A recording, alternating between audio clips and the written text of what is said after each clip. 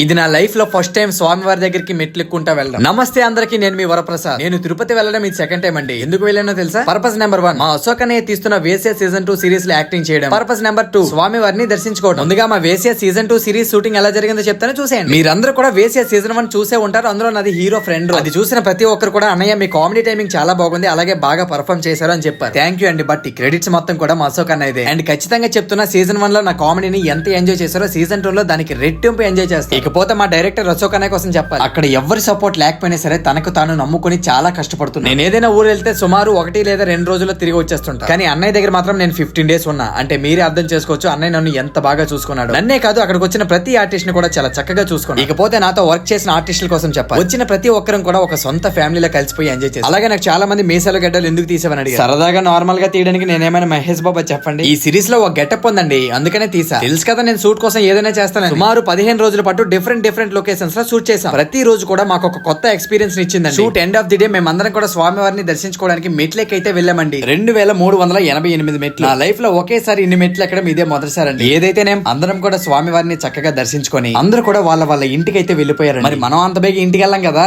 అందుకని అక్కడ నుంచి వైజాగ్ వచ్చి 1 రోజు ఉండి, మళ్ళీ వైజాగ్ నుంచి శ్రీకాకుళం వచ్చి 2 రోజులు ఉండి, అక్కడ నుంచి మా ఊరైన సోంపేటకి అయితే వచ్చానండి. అన్ని ఊర్లు కూడా షూట్ పర్పస్ మీద వెళ్ళానులేండి. అన్ని చెప్పేసానా? ఆల్రెడీ మా వేసే సీజన్ 2 ట్రైలర్ అనేది మా అశోక్ అనే అప్లోడ్ చేసేసాడు. ఎవరైనా చూడకపోతే వెళ్ళి చూసేయండి. ఇంకో 2 రోజుల ఫస్ట్ పార్ట్ కూడా రిలీజ్ అయిపోతుంది. రెడీగా ఉండండి మరి.